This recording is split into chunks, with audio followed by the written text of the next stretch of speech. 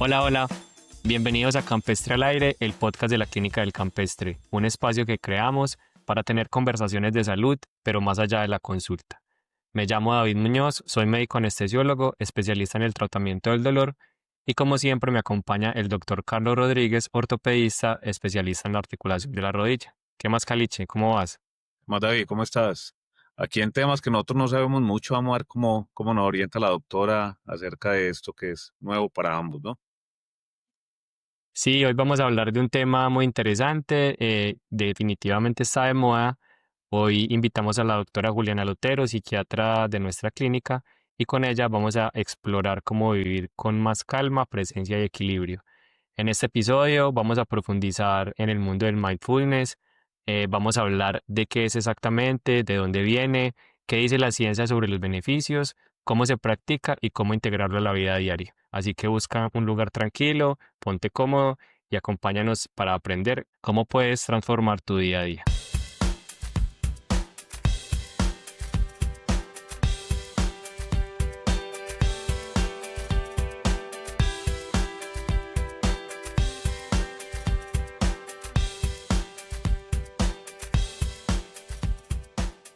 Juli, hola, ¿cómo estás? Buenas noches.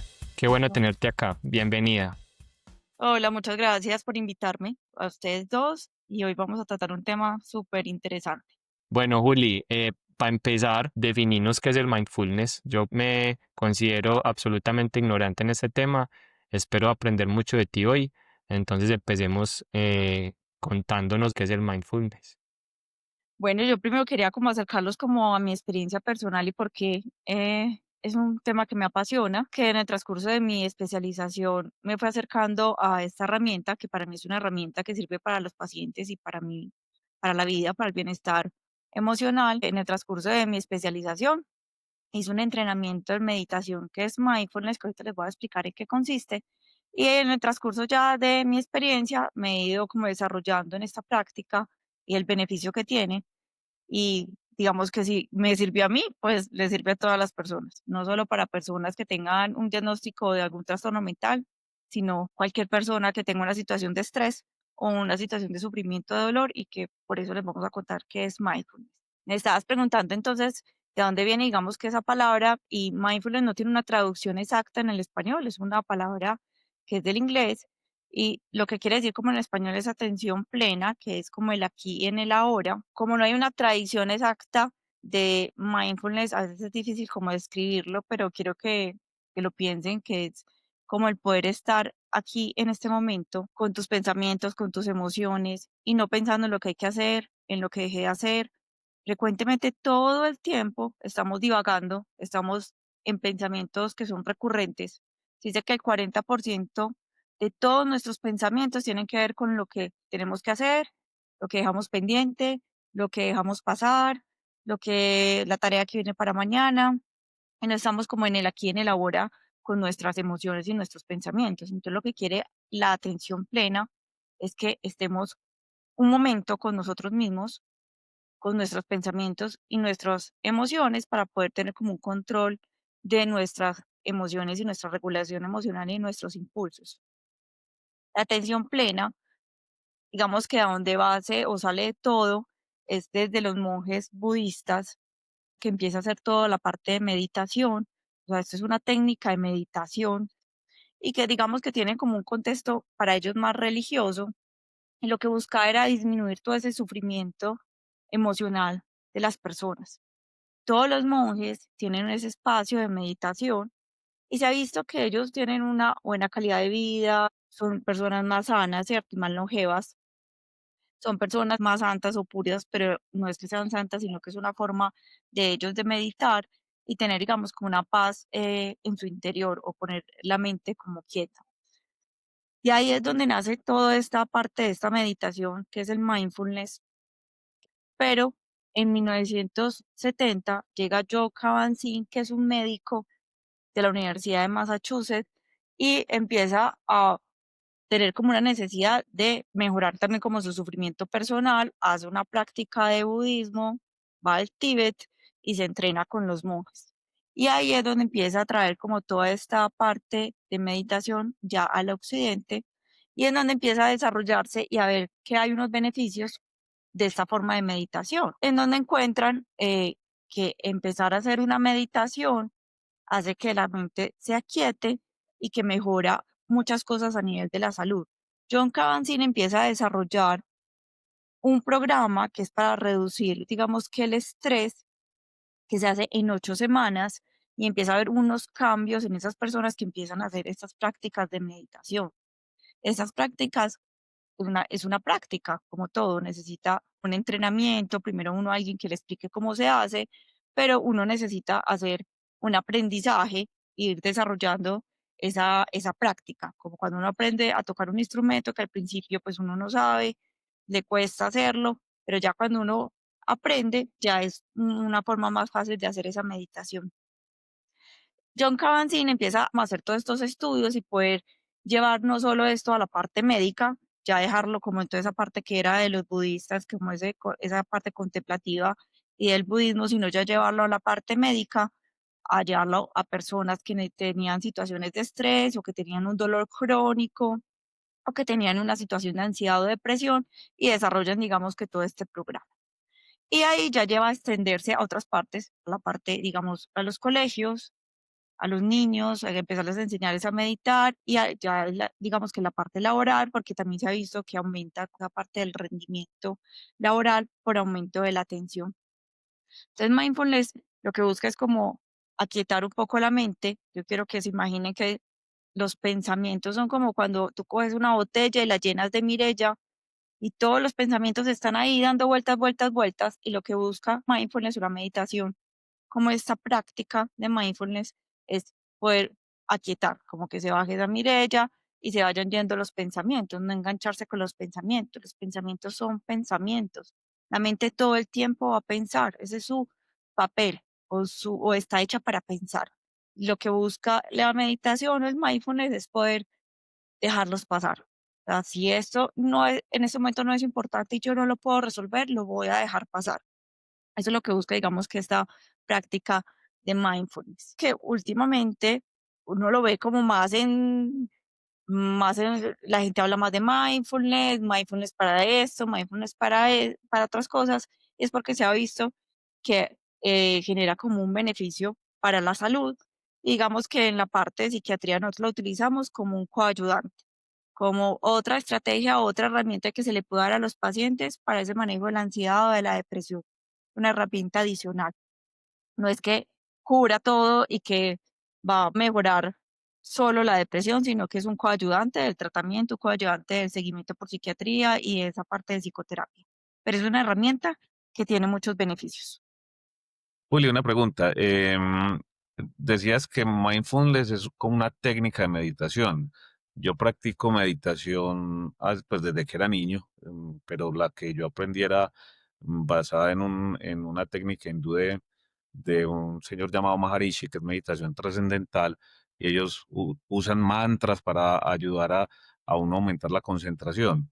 Pero cuando uno ve guías como la guía Headspace, que ahora está en Netflix, que es como algo de atención plena y de mindfulness, no lo presionan a uno para estar siempre sin pensamiento, ¿no es cierto? Es ir entrenando poco a poco el cerebro, la respiración, la mente, para entrar como en esa paz. ¿Las diferentes técnicas se mezclan o simplemente todas las técnicas de meditación tienen una fortaleza diferente? Todas las técnicas de meditación son beneficiosas para la salud y digamos que son una herramienta. La diferencia entre mindfulness y las otras técnicas que hay de meditación, yoga, tener un mantra, es que lo que busca mindfulness es no pelear con la mente, saber que la mente siempre va a producir pensamientos, ese es su papel. Entonces lo que uno busca es entrenar a la mente a que como se fue con el pensamiento, hay que volverlo a traer a un ancla. Y lo que siempre va a estar es la respiración, siempre lo que nos acompaña y siempre está y no nos damos cuenta que está es la respiración. Nosotros todo el tiempo estamos respirando, solo que no nos damos cuenta que ahí está. Entonces, hacemos una cosa, no nos damos cuenta cómo respiramos, hacemos otra cosa y no nos damos cuenta cómo respiramos. La respiración siempre está. Desde el ancla, en la respiración, es cuando la mente se va con el pensamiento porque se va a ir, porque como les mostré cómo era la mirella, el montón de pensamientos que están ahí, la mente se va a ir con ese pensamiento porque es lo más fácil para él estar en piloto automático y irse con el pensamiento. Entonces, lo que busca mindfulness es traerlo sin juicios, sin pelear con el pensamiento, sino volverlo a traer a la respiración o al ancla que yo haya fijado. Generalmente lo más fácil es la respiración. Esa es la diferencia, porque las otras técnicas de meditación a veces busca que pongas la mente en blanco. La gente le dice, pero yo cómo puedo poner la mente en blanco si todo el tiempo estoy pensando. Sí, es imposible que pongas la mente en blanco. Esa es la diferencia con mindfulness, que se puede hacer mucho más fácil, se puede practicar mucho más fácil, porque no busca que pongas la mente en blanco. Busca es que no te vayas con el pensamiento y vuelvas otra vez. Volver. Lo que busca es el entrenamiento de que vuelvas, vuelvas, vuelvas. Al principio cuesta mucho, pero ya cuando uno tiene más tiempo de entrenamiento, uno se da cuenta que ya no hay tantas mariposas revoloteando que son los pensamientos, sino que uno fácilmente puede volver, volver y volver. Pero todas sirven, todas sirven. Juli, a nosotros como médicos nos educaron desde la evidencia, ¿cierto? A veces es difícil juntar el conocimiento y la ciencia con estas prácticas que de pronto uno cree no tienen una base importante científica que estén demostradas que a un paciente le puedan ayudar. ¿Qué evidencia, qué base científica tiene hoy el mindfulness? Tú que has estudiado tanto y conoces, ¿de verdad el mindfulness sí le ayuda a los pacientes a estar más tranquilos, a serenar la mente, a estar mejor? Sí, mira, de donde como que ellos se preguntan como por qué era tan beneficioso el mindfulness y digamos que toda esta meditación que hacían el budismo y todos los monjes budistas, es porque ellos hacen estudio con ellos. O sea, ellos lo que primero hicieron antes de montar todo el programa de reducción al estrés, que cogieron todos estos monjas budistas, les hicieron resonancias con medicina nuclear en donde se veía cómo era su amígdala y cómo era su cerebro, y se dieron cuenta que las personas que meditaban pues tenían unas estructuras cerebrales diferentes, que la parte de la memoria, la parte de la amígdala, que eran más felices. Hicieron un estudio de felicidad y se dieron cuenta que las personas que son más felices y que pueden agradecer cada momento de la vida, cada situación pequeña, son las personas que meditan. Entonces, ¿cómo hicieron todo eso? Poderlo hacerlo con todas estas imágenes que son de neurociencia, eso se llama neurociencia, porque hacen por medio de imágenes de medicina nuclear y ver cómo es toda esa captación de, todos esos, de todas esas estructuras en las personas que meditan. Entonces ponen a meditar a todos esos monjes y empiezan a hacer las imágenes y se dan cuenta.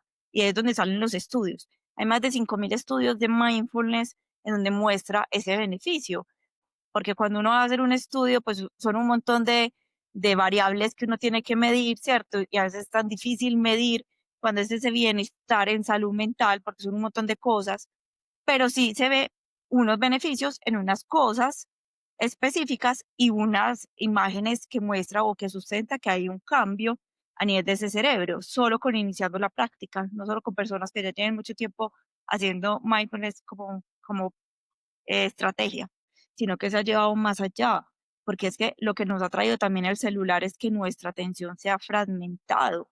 Solo el recibir un mensaje de texto hace que tu atención se cambie y ya ni siquiera estás viendo el celular y ya está tu cerebro condicionado a mirar qué te llegó. Eso hace que se afecte la atención.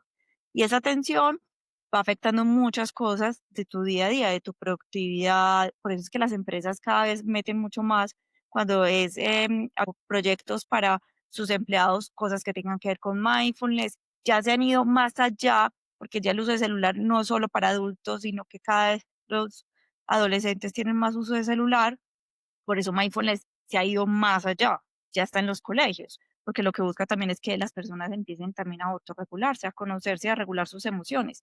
Por eso es que se ha extendido a otros escenarios de ese beneficio que tiene. Se han hecho estudios en universidades también prestigiosas, Harvard, Oxford, han estudiado sobre mindfulness, que han hecho los estudios pues, como más grandes.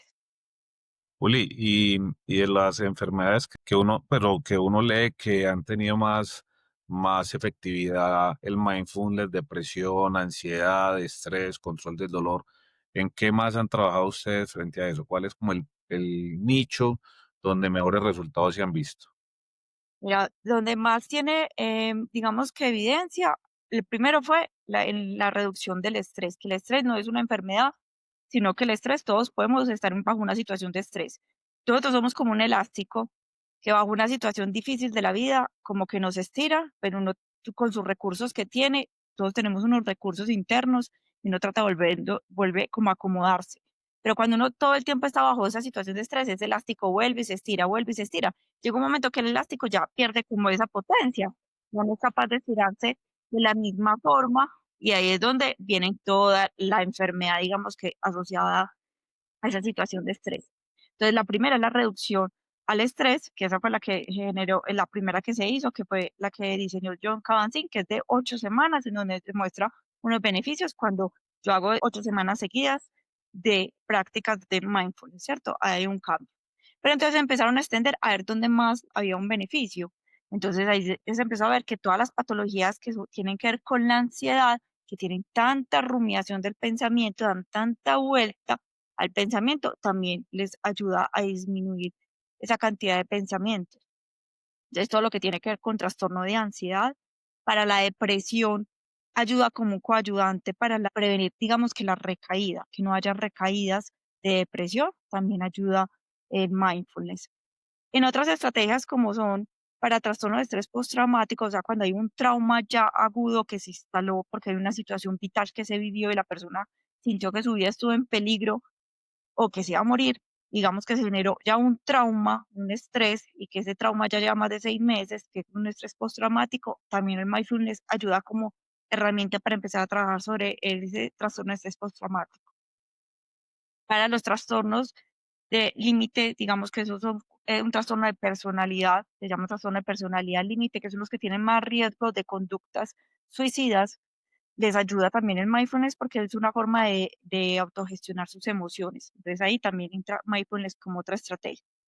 Todo lo que tiene con la conducta de la alimentación, trastorno de la conducta tipo bulimia o anorexia o no especificado, también porque es una forma de aprender a comer, entonces también les ayuda. También en la obesidad o los atracones también es una forma que mindfulness les puede ayudar porque es una forma que pueden ser más conscientes de la alimentación. Mm, y ya para otras patologías, digamos que no solo para los trastornos que les estaba hablando, como el trastorno mental, empezando por el estrés y los trastornos mentales, sino situaciones ya de dolor crónico, personas que tienen que vivir con el dolor porque el dolor no se va a quitar, es un dolor crónico que lo que van a hacer con los medicamentos, digamos que es modular ese dolor. El mindfulness les puede ayudar también a aceptar algo que no puedo cambiar, que es ese dolor crónico o enfermedades crónicas también que tengan necesiten como para el manejo de ciertos síntomas, les ayuda también. Y para todo lo que tiene que ver ya la atención, que tiene que ver con mi productividad, no solo si yo tengo un déficit de atención y hiperactividad, porque hay un déficit ya establecido, sino que a veces esa dificultad en la atención que me afecte mi productividad en el trabajo, puedo desarrollar pues o mejorarla por la parte de mindfulness. Juli, bueno, como te dije al principio, pues yo de eso soy absolutamente ignorante. Eh, Contame cómo es el ritual. O sea, yo quiero empezar a practicar mindfulness mañana, la próxima semana. ¿Qué tengo que hacer? ¿Eso a qué horas del día se hace? ¿Cuánto tiempo le tengo que dedicar? ¿Necesito estar en un espacio cómo? ¿Cómo es el ritual? Pues a alguien que no sepa nada, ¿cómo le enseñamos a introducirlo con las primeras etapas de hacer mindfulness? Bueno, eso es lo bonito del mindfulness que es fácil de hacer, pues uno puede seguir, hay muchos eh, podcasts, hay videos, hay varios influenciadores que se han regido, digamos, en seguir mindfulness y tienen varios videos y forma de uno poder seguir, digamos, que esa forma de hacer mindfulness. El mindfulness se hace el día a día, o sea, hay digamos que prácticas que son formales, que ahorita les digo uno cómo las hace, y las que son informales, y las informales son del día a día. Uno cómo puede hacer mindfulness del día a día, pues yo me levanto, me baño, y uno está como muy piloto automático, me eché el champú, no me di cuenta cómo me lo eché, ni con qué mano me lo hice, salí del baño rápido. Entonces, a veces es ser más consciente de cada cosa que yo estoy haciendo en el día a día. Entonces, si yo me voy a bañar, ojalá te enjabones con la mano no dominante, a saber qué te cuesta más. Ahí está haciendo consciente, estás haciendo mindfulness. Cambiarte el reloj de mano, no de la mano donde siempre te la pones, sino en la otra, vas a sentir que te pesa. Ese, ¿por qué me está pesando este reloj? Porque eso es una forma de estar consciente y no en piloto automático.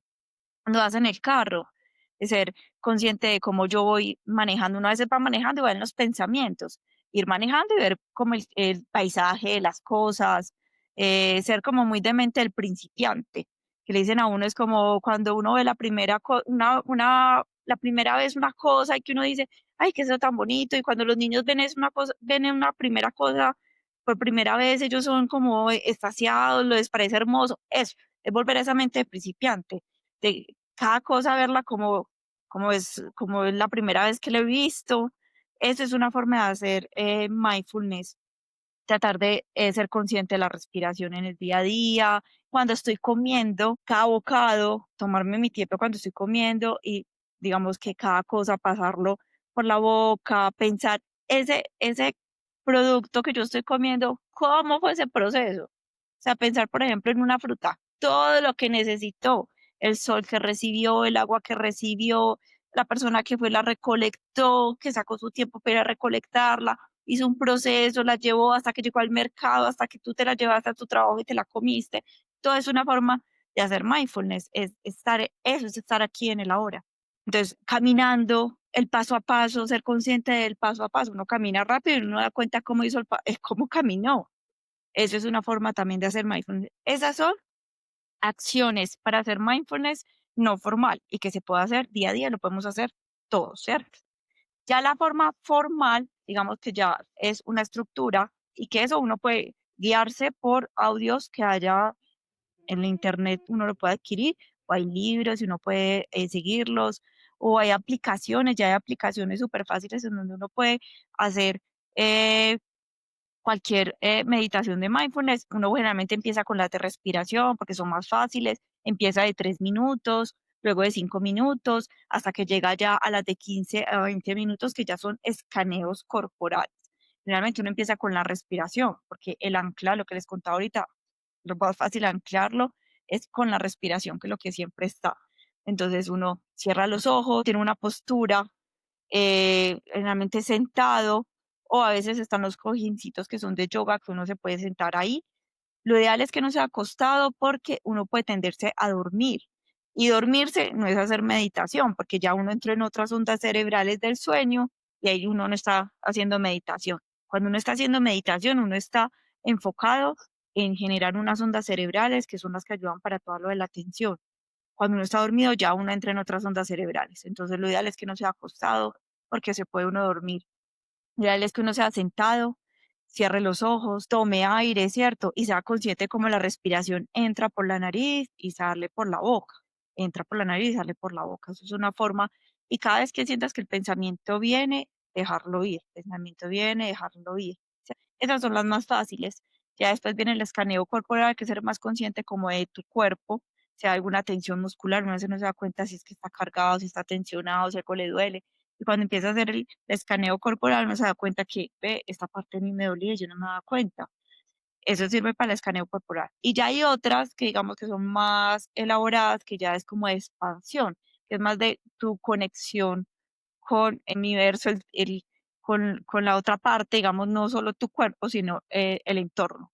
Entonces ya digamos que esas son más elaboradas, pero uno siempre empieza con las de respiración, escaneo corporal y ya las de expansión. Siempre las meditaciones de mindfulness formales tienen un inicio y un final. Generalmente nosotros nos regimos por un cuenco tibetano, porque el cuenco tibetano, cuando uno lo toca, genera unas vibraciones y esas vibraciones hacen que tu cerebro entre como en conexión con esa meditación, ¿no? Que ahí es donde se une mucho a esa parte ancestral de todo el budismo, de todos los zen, pero es lo único que digamos que se rige desde la parte zen, el que inicie y y termine con el cuenco tibetano. A veces uno no tiene ese cuenco, pero entonces uno puede colocar es un timer, algo que lo inicie y algo que tenga un final, porque debe tener un inicio y un final esas meditaciones. Siempre las prácticas deben ser pensando en el aquí, en el ahora, siempre tratar de volver al ancla, sin juicios, no peleando por, ay, yo tan boba, porque me fui, vea, ya estoy pensando en otra cosa. No pelear con la mente va a hacer eso. La que estamos es entrenando la mente, lo que buscamos es entrenarla. siempre con una cosa a la vez, ¿cierto? O sea, si estoy en la respiración, luego si paso al escaneo corporal, si es alguna tensión, paso al escaneo, luego si es a la emoción, qué emoción es la que siento. Por eso es una cosa a la vez. También uno busca con estas estrategias es como ir favoreciendo como toda esta parte de la compasión, lo que nos une a nosotros con otras personas, es esa compasión. Y la compasión no es que yo siento como pesar por el otro, esa no es la compasión. La compasión es yo me puedo poner en los zapatos del otro, esa es la compasión, ¿cierto? Ya nos dejó aquí en modo atención plena. Estamos todos en modo atención plena. Y cuando muestran los estudios, Juli, después de uno practicar esto, el tiempo, ahorita hablas de 8 semanas, ¿siempre es el mismo tiempo para todo o según lo que tú estés trabajando, hay diferentes estrategias para mejorar? Por ejemplo, en el caso nuestro que vemos tanto dolor crónico, eso es diferente a tratar problemas de ansiedad o depresión. Sí, se necesita mucho más entrenamiento y en otras estrategias, no solo la respiración, sino entonces en lo que es el chequeo corporal, porque eso te ayuda mucho con dolor crónico, a por ellos entender que esa parte está tensionada, que a veces no pueden cambiar eso, trabajar sobre la aceptación que trabaja también la parte del mindfulness. Entonces, realmente necesita mucho más entrenamiento, pero solo con 8 semanas se ven cambios, que eso es lo que muestran los estudios, digamos, cuáles son los beneficios del mindfulness, digamos que por qué es tan importante o por esta estrategia o cómo es cómo esta estrategia nos ayuda para el bienestar emocional y para el bienestar de nuestra salud, es porque con todos estos entrenamientos que uno haga, solo con las 8 semanas empieza a haber cambios, mejorando el sueño, mejora la parte de la atención, mejora la concentración, mejora la regulación emocional, mejora la parte de la conocer, digamos que nuestras emociones, mejora también nuestros impulsos, nuestra resolución de problemas, de cómo nos afrontamos a un problema y cómo los solucionamos, mejora también como la capacidad de interactuar con las personas, de tener empatía con las otras personas, porque te ayuda a estar más en la conversación con esa persona. A veces cuando conversamos con las personas estamos pensando qué vamos a decir, este que me irá a preguntar y ni siquiera estamos hablando porque ya nos estamos adelantando las cosas. Todo esto ayuda también, esta forma de podernos las relaciones interpersonales, tiene como digamos muchos beneficios y lo que pasa es que la amígdala, que a nivel del estrés está como hiperalerta, activa, digamos que la parte de mindfulness regula toda esa parte de la amígdala, es una regulación de la amígdala y mejora unas estructuras que son la parte de la memoria en el hipocampo, la parte de la memoria mejora toda esa sustancia gris, mejorando toda esa neuroplasticidad. El cerebro tiene capacidad de generar neuroplasticidad, nuevas conexiones, y esas nuevas conexiones hace que el cerebro se vaya como regenerando. Entonces, esa neuroplasticidad que se genera con el mindfulness porque hay un cambio a nivel de esas estructuras. Eso también pasa con los trastornos mentales, que esa neuroplasticidad se afecta. Entonces, cuando uno empieza a hacer un tratamiento, uno busca con la parte de los medicamentos y con todas estas estrategias mejorar la neuroplasticidad, mejorar también toda esa parte mental, que es lo que se ha visto también con la parte de las neurociencias. Juli, vos que ya sos una experta y que me imagino has guiado a muchas personas a la práctica del mindfulness, ¿cuál crees o qué has visto que sea el error más común de las personas que están empezando a practicar mindfulness? Yo creo que las creencias que se pueden generar, uno, no, eso será que una religión, pues como el no entender un poco qué es mindfulness o los beneficios que tiene. Dos, pensar que es muy difícil. Decir, ay, no, eso debe ser muy difícil, es que meditar debe ser muy difícil, es que ¿cómo yo voy a poner la mente en blanco? Saber que no van a poner la mente en blanco, que van a seguir pensando. eh, Pelear como los juicios que se generan, como es que no puedo parar de pensar, pero es que siempre me voy, es que yo me pierdo, digamos que eso hace que también pierdan como ese estímulo en seguir que en la parte de la estrategia de mindfulness. Entonces uno busca es que se, se pueda como sobrepasar esos juicios, ¿cierto? Realmente somos una cultura de muchos juicios, pequeñito, lindo, Bueno, todos somos, los paisanos somos de hacer muchos juicios. A veces es dejar esos juicios a un lado y poder retomar otra vez la práctica. Esto es de práctica, como les decía con el instrumento, es de practicar. Esto es como el ejercicio del cerebro, como cuando uno va al gimnasio a fortalecer un músculo porque necesito que esté más fuerte para esa articulación. Lo mismo pasa con el cerebro. Yo necesito fortalecerlo y para fortalecerlo yo tengo que practicar y para practicar pues tengo que hacer estas meditaciones. Al principio va a costar, pero ya cada vez va a ser mejor lo que uno invita a las personas. Pero uno es que es como quitar las creencias y que lo puedan empezar a hacer. Y lo que pueden hacerlo es desde la parte no formal, que yo les digo, estar muy aquí en el ahora, quitarnos el piloto automático que todo el tiempo estamos, todo el tiempo. ¿Ha tenido impacto en niños? Por ejemplo, trastornos de déficit de atención o similares, porque no sé si lo hagan y qué tan fácil es implementarlo en ellos. Si es difícil en uno la constancia de estas técnicas, no sé qué, si tienen alguna experiencia en el manejo de pacientes menores. En pacientes menores, lo que se ha hecho, se ha tratado de entrar, es muy con la parte de los colegios. Es donde como ha entrado mindfulness, ¿cierto? Es una forma en donde entran los colegios, digamos que les enseña desde muy pequeños a poderse regular. Entonces, hay con ellos ejercicios mucho más fáciles porque como es tan difícil, digamos que empezar a decir, bueno, como un niño como, bueno, ¿cómo respiras? Entonces, con ellos uno les coloca como un peluche en el abdomen, porque en los niños la respiración es más abdominal. Entonces uno les dice, bueno, vas a estar como atento, vas a poner atención a cómo el peluche sube y baja. Ahí está con la respiración. Y está atento al peluche cómo sube y baja. Eso es una forma en cómo uno les enseña a los niños más pequeños. Uno porque busca en llevarles mindfulness a los colegios porque a nosotros no nos enseñaban a conocer nuestras emociones, ni siquiera sabemos cómo se sienten, cómo se expresan, cómo se llaman. Yo no sé si eso es rabia, eso es vergüenza, eso es miedo, como que todo se entremezcla. Con los niños empezarles a enseñar cómo ellos ven sus emociones, cómo las sienten, cómo sienten la rabia, cómo sienten la tristeza, cómo sienten la vergüenza. Por eso es tan beneficioso de llevarlo a los colegios, porque es una forma de enseñarles a ellos la regulación emocional con mindfulness. Y lo primero que uno les enseña a ellos es la respiración, como les decía, con la forma del peluche. Dos, muy en la participación. Lo que yo les decía a ellos es como la mente de principiante, vamos a ver una flor, vas a ser el explorador de la flor, qué le ves a la flor, cuántos pétalos tiene la flor, de qué color es la flor, puede que sea más amarillo, más oscura, de dónde viene esa flor, ¿cierto? Como muy la mente de principiante, uno le ayuda a los niños cada vez ha mostrado, digamos, que empezar tempranamente mindfulness en ellos y que ellos ya cada vez vayan haciendo unas prácticas de mucho más tiempo, les ayuda más. Eso les ayuda a ellos como a hacer una cosa del semáforo. eh, si estoy en verde, estoy como activo, si estoy en amarillo, estoy como en calma, pero estoy en rojo, estoy quieto. Entonces les ayuda como a ese control, digamos, de impulsos.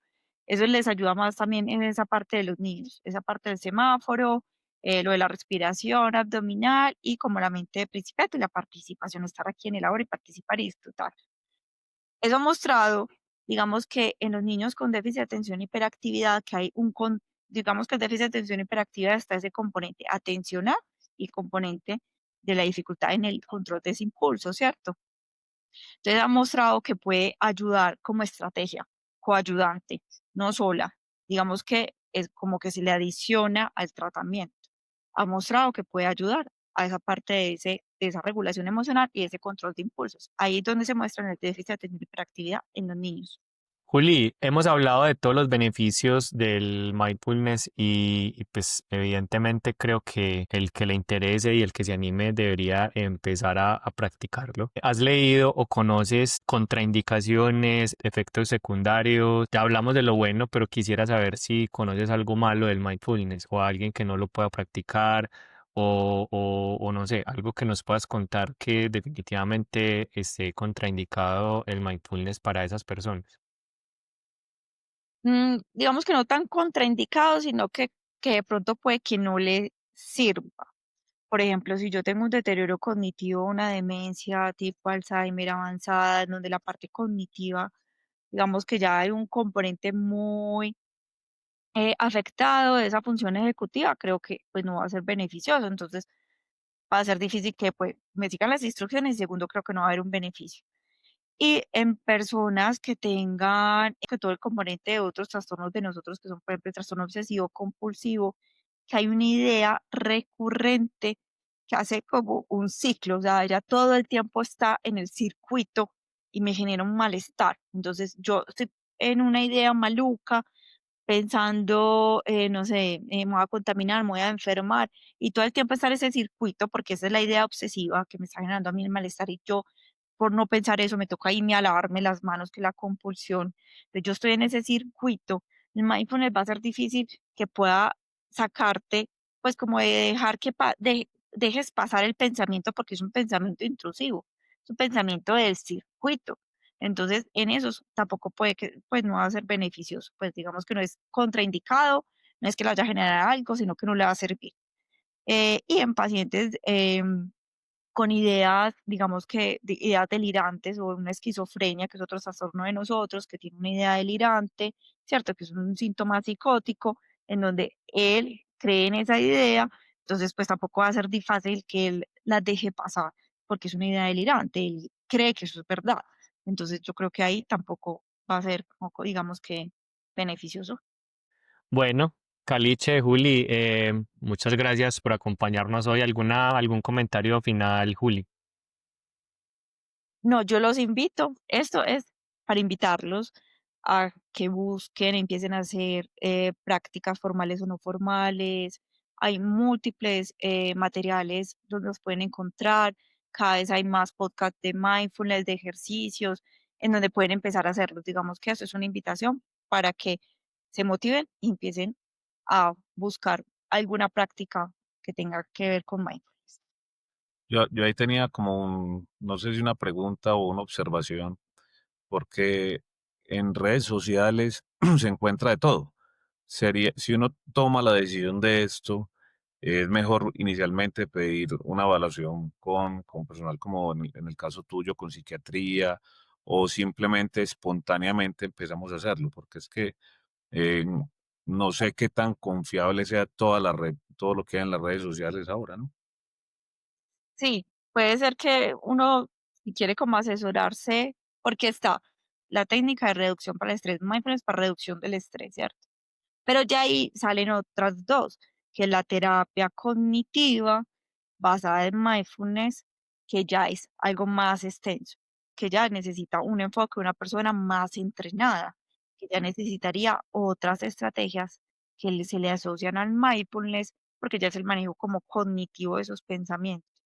Digamos que solo es para reducción del estrés y podría entonces buscar, pero si ya es algo que quiere trabajar la depresión, la ansiedad, ese dolor crónico, otras cosas que sienta que están pasando y afectando su bienestar emocional o su salud mental, pues ahí sí sería que buscara, digamos, a quien más entrenado en estas técnicas.